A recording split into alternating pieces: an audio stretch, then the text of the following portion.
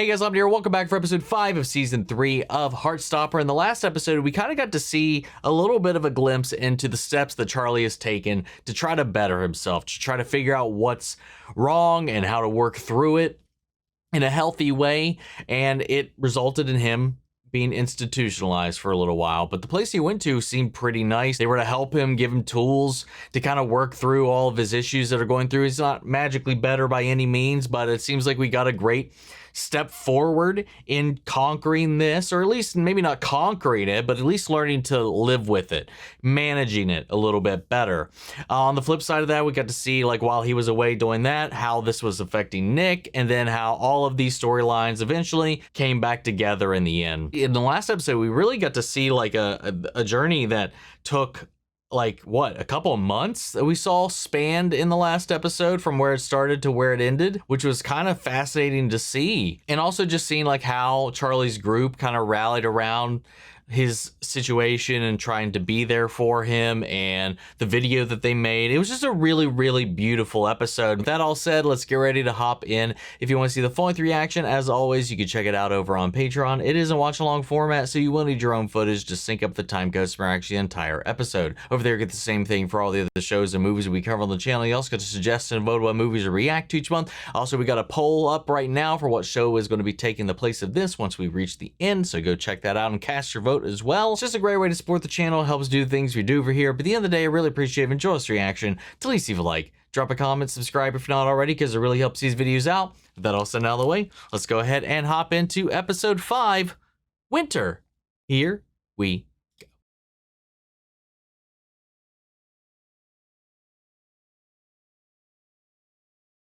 Oh, we're opening with Tori. That is so many pillows.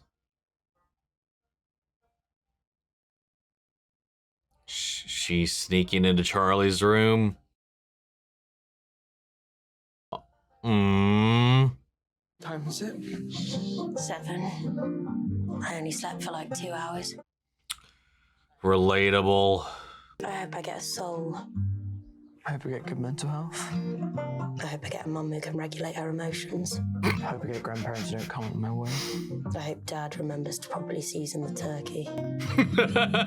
He won't. Yeah, he won't. Oh, we can only wish that he'll season anything. Christmas.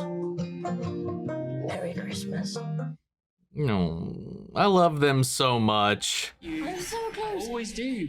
No, you always try. Come on. No! Nobody can stop Charlie, man. Are you two getting dressed? Yeah, in a minute. Okay, well, don't take too long because everyone will be arriving soon. She's always grumpy when Grandma and Grandad are coming round. And yet she still invites them every Christmas. That's family, man. Yo, what's up, Peggy? Over on Patreon, it won't be up by the time this goes up, but soon. I've already recorded my reaction to the first episode of Agent Carter, so we're starting that over there. Eventually, it's going to make its way over here, but it'll be over there for a little while. Henry says hi. Say hi, Henry. Happy Christmas, and I love you too. And you can come over and meet him at any time if you want. Only if you want. If it gets too much, there's a little guy here who needs hugs. Aww. By little Love guy it. who needs hugs, I did mean Henry, but actually that applies to me as well. So. Yeah.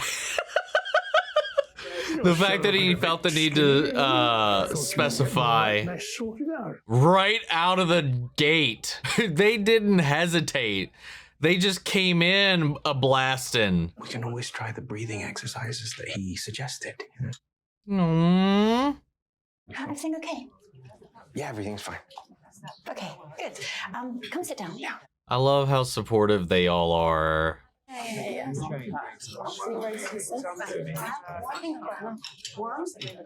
I mean, hey, that's better than we've had so far. I'll call that an improvement. How long you been going out?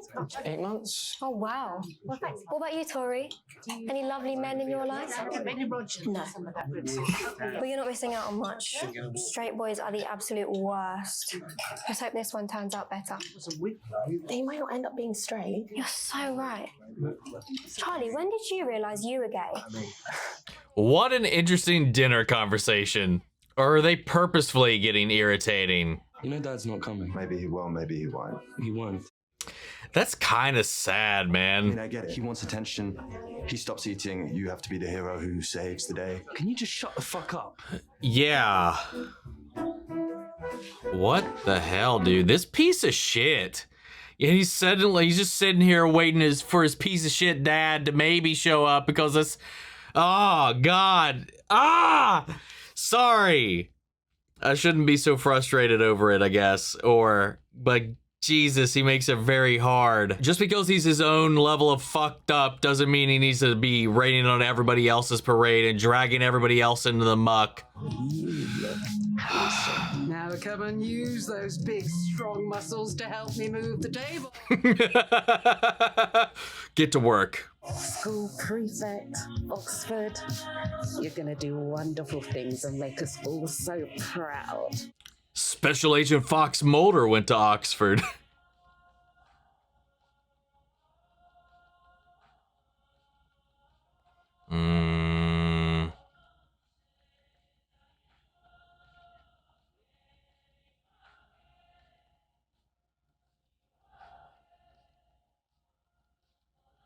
I wonder if anything's gonna come out of that, man. I really am. I know I say that every time, but like there's little baby steps. I don't know. Enjoying the view? He's red, she's green. Together we're Christmas. Wait, glasses. Dude, like, glasses just get in the way. It's such an inconvenience. And I can't just... Sorry, was that, sorry. It's fine. Ooh.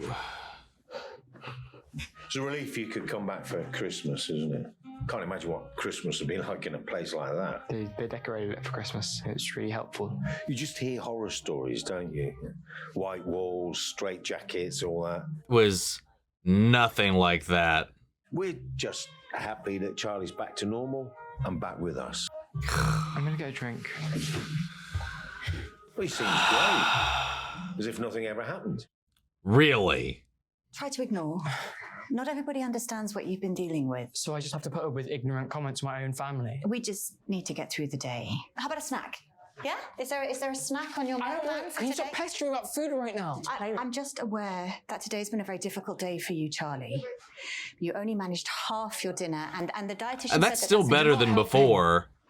You're making me feel worse. Fine. Well, I'm sorry I even tried.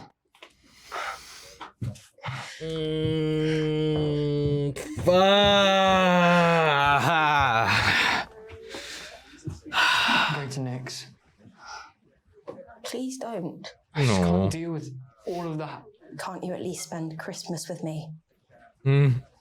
You're all she has, man. You spend all your time with Nick anyway. Because he treats me as something other than mentally ill. I do too. Sorry. I'll see you later.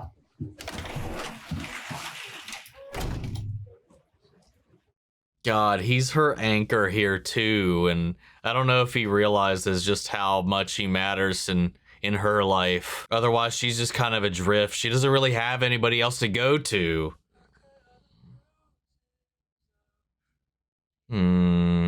There's the hug we were talking about. I had an argument with my mum. Want to talk about it? No. No. I take it this is the boyfriend. Oh, yay! They finally get to meet. Probably a little bit big. I don't care. I'm so cold right now. Can you turn around when I change? Oh, yeah. Yeah, of course. Okay. All done. You look adorable. I look ridiculous. Ridiculously adorable. Too cute. Cuteness overload.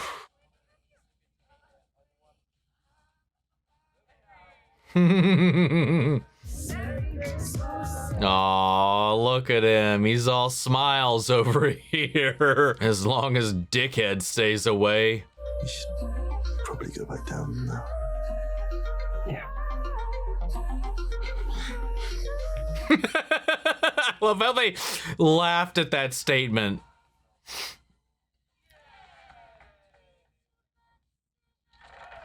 Oh. God, why did that startle me? I knew that was coming. See, look at him. Look. That's the deal.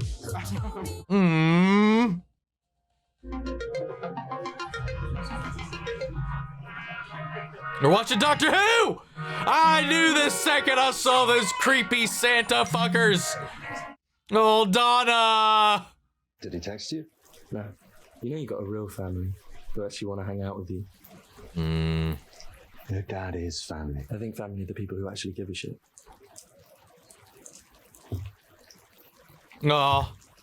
You left me to fend for myself against our cousins. Oliver's in a bad mood because no one will play Mario Kart with him, and I think Mum might be willing to apologise.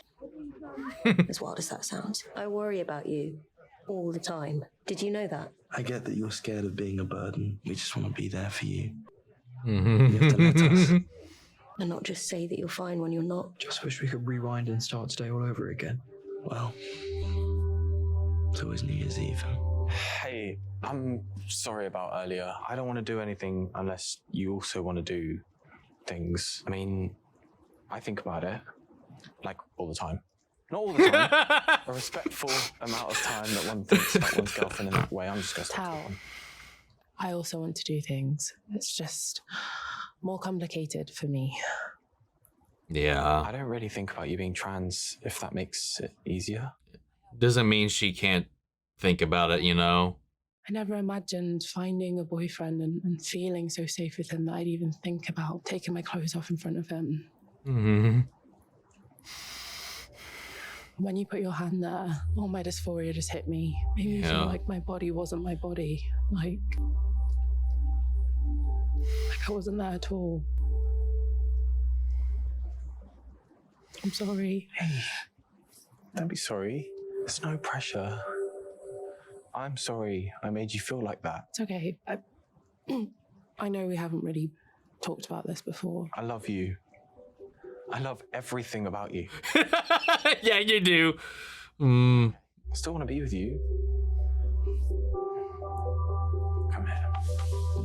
No. How about while I walk you home, we can talk a bit more about what you're comfortable with? Okay. Okay.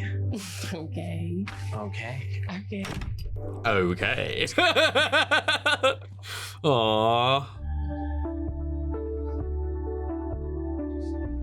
Aww. Stop it! I'm in second place. You're in second already. Aww. Yes, Oliver. Oh, we're going straight there, aren't we? How's my tiny boy? He's missed you. Oh, I've missed him. Did I miss? What happened to the other dog? Did it?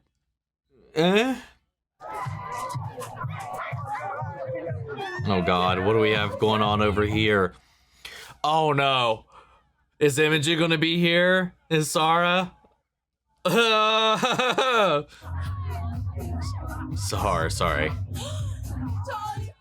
That is it, right? Yeah. So my art keeps going like viral, and I gotta wait.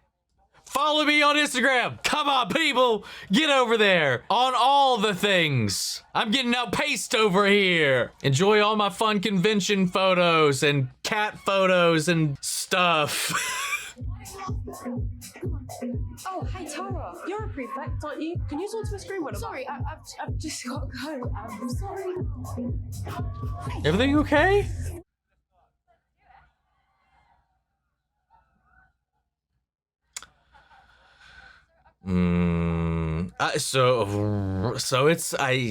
It is, I don't know, just all fun and games. I think Sahar, though's got a bit of a crush, that unrequited attraction. Buddy, how come you're off school for so long? Sorry, mate, we were actually just gonna go head outside, but see you later.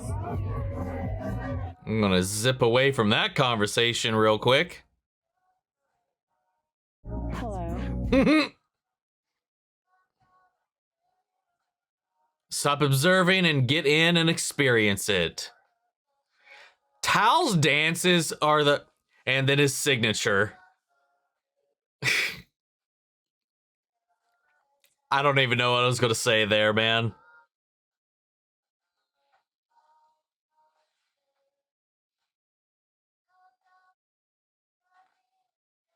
I'm gonna get a drink. We're still trying to figure out what to do. Me and Tao. We want to have sex. Oh my god. What if he touches me and I just freak out?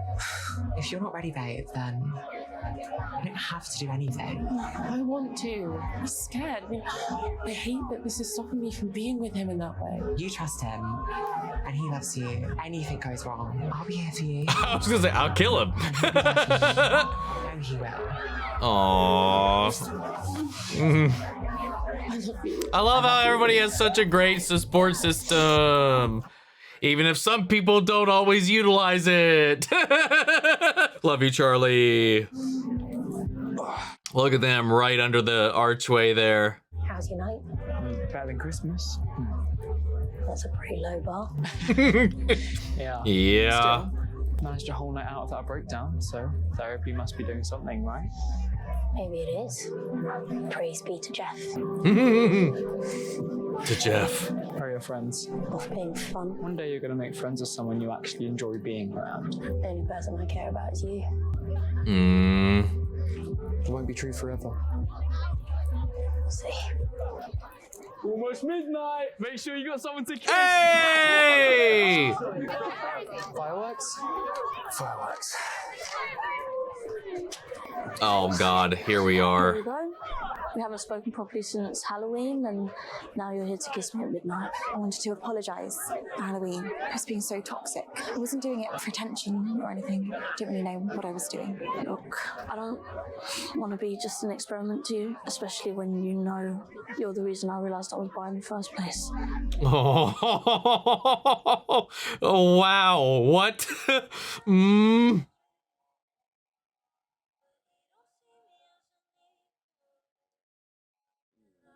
Oh?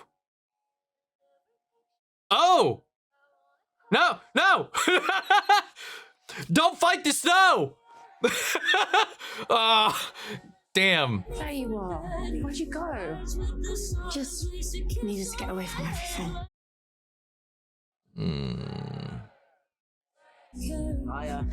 Don't worry, I'm not here to kiss you. I just don't want to be alone at midnight. No. Come with me. If you want to live. Oh, they are going to do more than kiss at midnight. I have a feeling. Oh!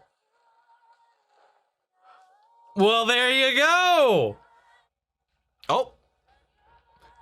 Fireworks in and out of the bedroom at the moment.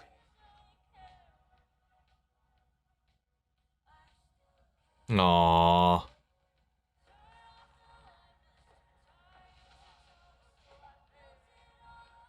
Damn.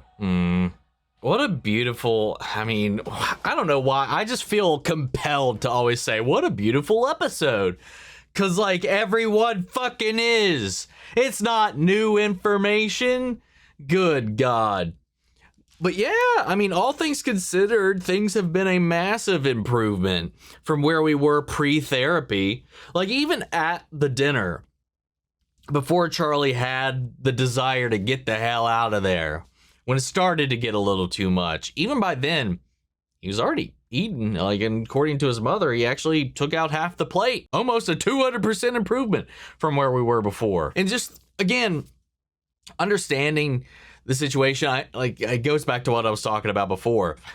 Like sometimes addressing the issue or hovering around and trying to like micromanage and always check on, it can exacerbate things. It can make things feel worse when you're calling attention to it.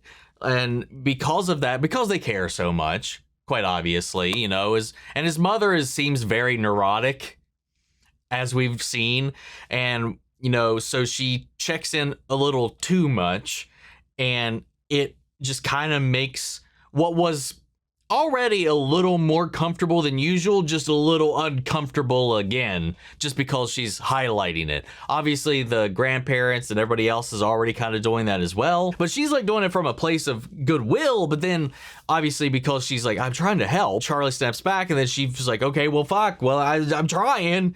And she has her little like spat back. You can kind of see where Charlie gets a little bit of that whenever he does get pressured. I feel like he definitely mostly takes after his father, who's very soft, warm, malleable, welcoming, inviting, and his mom's so very rigid, so quite the opposite. That's where their styles of communication always kind of cause friction. Like, but she's trying. And it's leagues better than where we were before, especially now that she knows that there's a problem. But obviously, now she's like fixated on it.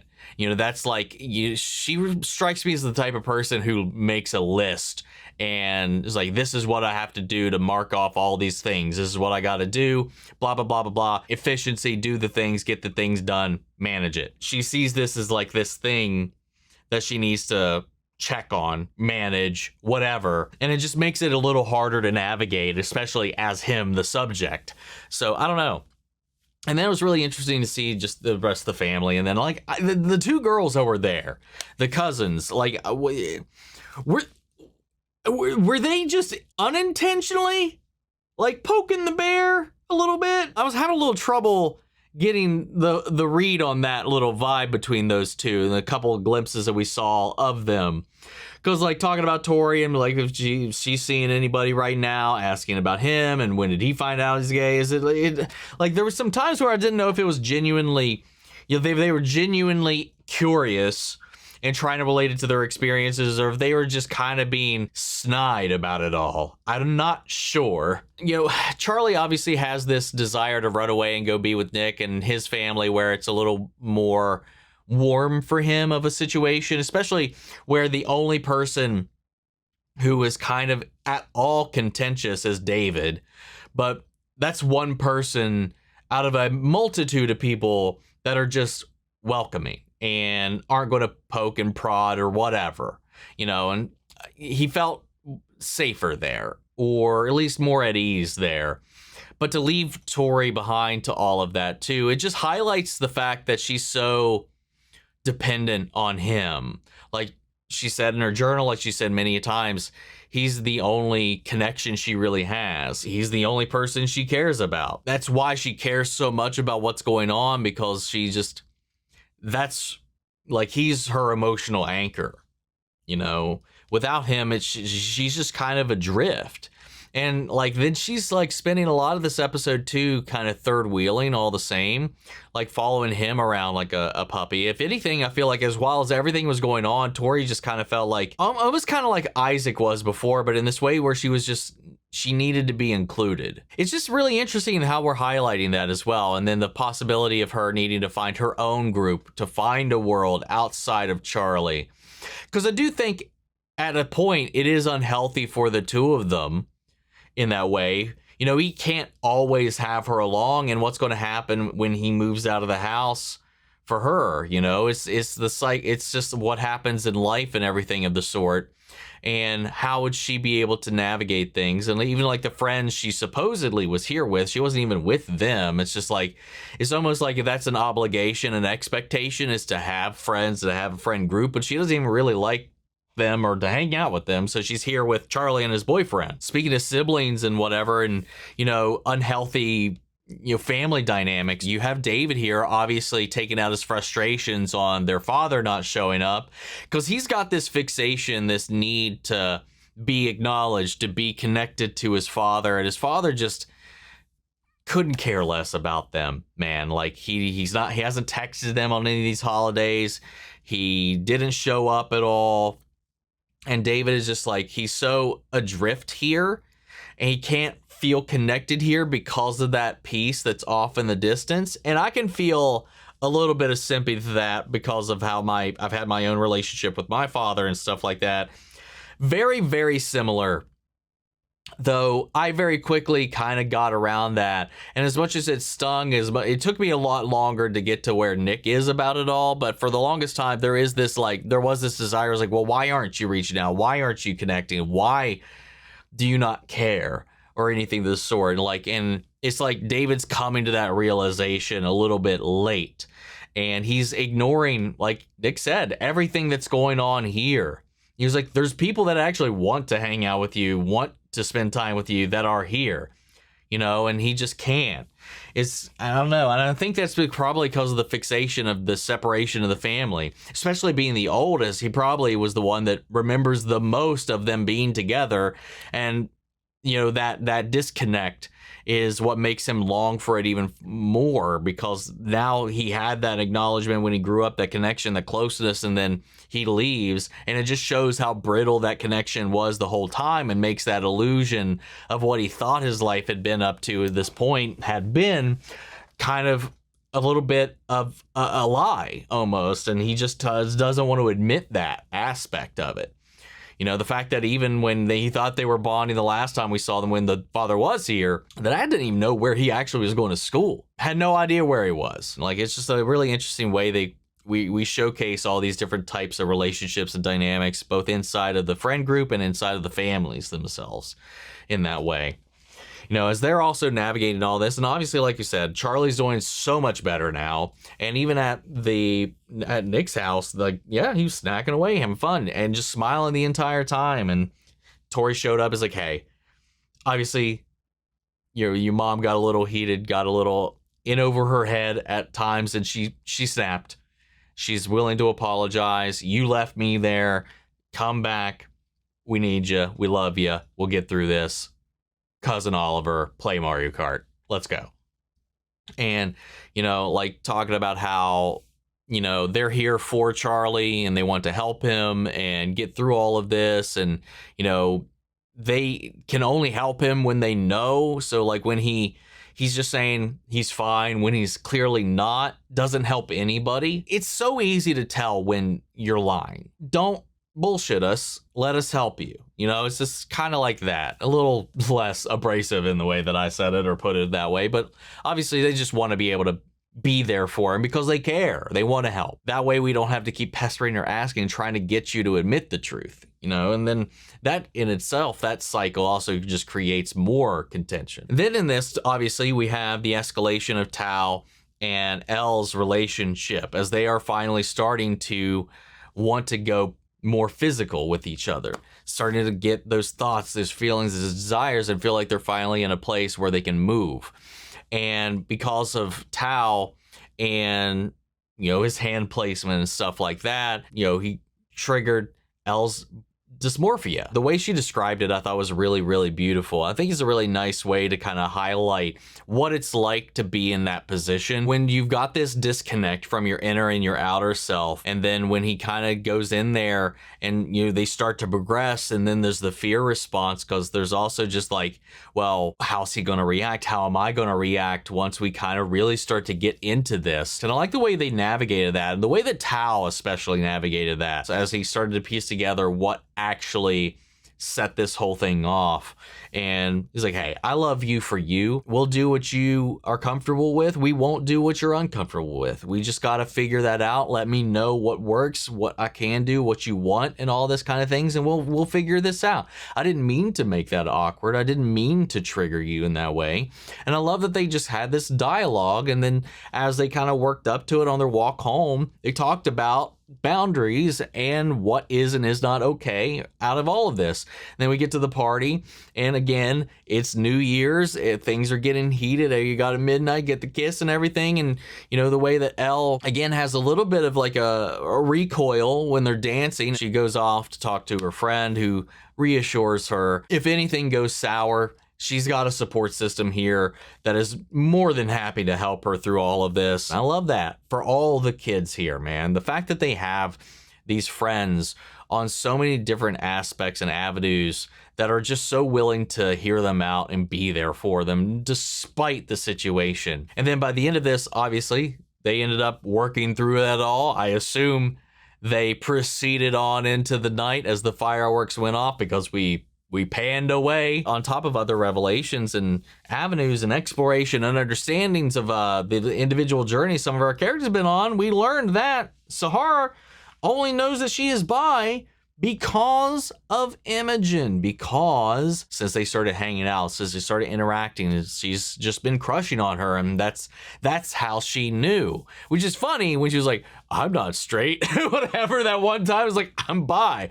When it's because of Imogen even being there that she even realized that case. That makes that so much more interesting to go back on a rewatch. Obviously, like, Imogen just being in the heat of the moment and not really thinking about it, did what she did and didn't really know the ramifications of that. And she came to finally apologize about that. And then at come midnight, though, they are kissing. So did Imogen herself also have an awakening? Because like Sarah mentioned, she set that boundary. It's like, hey, I like you. I have a crush on you. I said you were cute in the text and all that kind of stuff. She's sending these signals, these messages, and they've had these moments. You know, we could have very well have landed in a situation where, you know, it could have been one of those dynamics in which obviously one of you catches the feelings, but the other one just doesn't land that way. And then how do we work through that? How do we deal with that? But it seems like Imogen actually has reciprocated that. Despite, like, we're going off with that dude earlier in the episode, she ended up coming back here and apologizing, and it's those two at the end kissing this night. And then, you know, speaking of like coming here at this party and going back to a previous thing I was talking about too, when we were at this party and obviously Tori was third wheeling or whatever, as she was leaving though, we had that little moment where she got her own little animation thing going on. It was a little snowflake, a little like little thing coming in here as she crossed paths with this dude as she was leaving, and they had this lingering moment, but then she proceeded. So I'm wondering if that just like this saying like, hey, maybe right now you don't have anybody else in your life, but give it time. You know, you'll find your tribe eventually. So I don't know, maybe a little glimmer of hope there. You know, James and Isaac hanging out, you know, as friends platonically there, just so they're not alone at the end when everybody else is off smooching around. You know, it's just really fun. All in all, this is another beautiful, beautiful episode. A lot of complex conversations, dialogues, and experiences that they're navigating and weaving through all of this. And at the end of the day, though, it just sends a beautiful, beautiful, positive-ass message at the end. So let's head on over to Patreon and see what we got. Aaron asks, are you Team Nelly? That was the dog's name. That was the dog's name, or Team Henry. Nelly. Nelly is so much cuter in my opinion. What happened to Nelly? Did I miss what happened to Nelly? Where is Nelly? Did Nelly pass? Also unrelated to the episode, but how do you feel about Heartstopper ending with a movie instead of a season 4? Love hearing your thoughts about these episodes. Keep up the good work. Well, thank you, Aaron. I do feel like, I mean, obviously I don't know the comic or anything like that it's based on, but to my knowledge and what I've learned is that each of these seasons kind of adapted a different volume of the book, and come what would have been season 4, we still have like what, 3 volumes that haven't been adapted, and we're just kind of going to be going into the final one for the film, the one that's also not even out yet to my understanding. So it is interesting that we're going to be bypassing some story that was in there just to kind of close things out. I don't know what the reasoning is behind that or why that decision got made altogether, but if there was more stories to tell, I kind of wish we would have gotten them. But I'm just, at least if it was going to end, I'm glad that they're ending it. I think going out with a big old bang is a beautiful way to just celebrate what this journey has been for the fans as a whole. It also could very well be tied because the characters are they're just aging, like the actors are just aging out of these parts, and they honestly can't do it forever. Like even right now, you can definitely tell they're like pushing their age range the moment playing these characters right now. So who knows? Maybe that's part of it. Maybe that's part of the reason this decision got made. But I don't know. Either way, I'm just glad, you know, it's better than what Netflix typically does, and that's cancel the show before it can even get an ending. So I'll give that. We have Vivi also dropping a little comment here. Not really a spoiler, but cousin Oliver in the show is actually Tori and Charlie's brother in the comics. Interesting. So there was a third Spring in the comics and they made him a cousin. And then finally we got Gregory Toner with I think one comment and then a follow-up. The 5th episode is based on the novella This Winter. In the books, Charlie has a younger brother, Oliver, and they bring him into the story as Charlie and Tori's favorite cousin.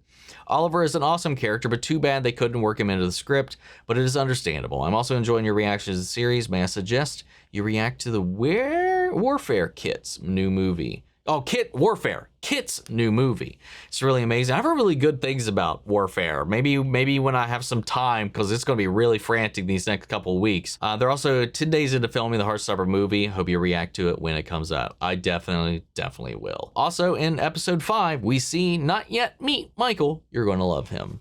Hey, share a name, so it's already coming in with good graces so far. Let's hope he doesn't ruin that. But thank you guys so much for your comments and questions. But yeah, guys, I want to know what you all thought. How did you feel about this episode? Sound off the comments. Let me know your thoughts down below. We'll carry on the conversation after the video. Hope you enjoyed the reaction. If you did, leave a like, drop a comment, subscribe if you're not already. Remember, if you want to see the full-length reaction, as always, you can check it out over on Patreon. And speaking of before we go, I want to shout out our channel legends. Eric Official, Armando Rosas, Ash, Casey Wood, Codename Witch, David Furstenberg, Denise Mauricio, Gregory Toner, It's Mushi, Jade, Jake and Trell, Liam Harrell, Lily Chan-Sun, Mandy Share, Muggy Holes, Nikki G, Robert Anguiano, Russell Crockett, Shelio, your boy G-Man, your Kurskov, and Watchtower. Thank you guys so much for continued support. But that's it for the video, guys, and I'll see you all in the next one. Take care, everybody.